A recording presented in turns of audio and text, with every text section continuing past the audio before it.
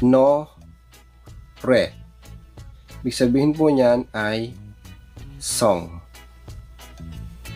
Top-bottom combinations and left and right combinations.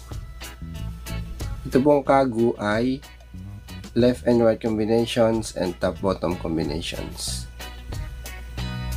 Nu, gu. Ibig sabihin po niyan ay who. Dito po yung ka ay nag-sounds G ulit dahil po nakalagay po siya sa gitna. Nu, gu. Top-bottom combinations and top-bottom combinations. Nu, na. Sa English po, ang ibig sabihin niyan ay older sister. Top-bottom combinations and left and right combinations. Nuna.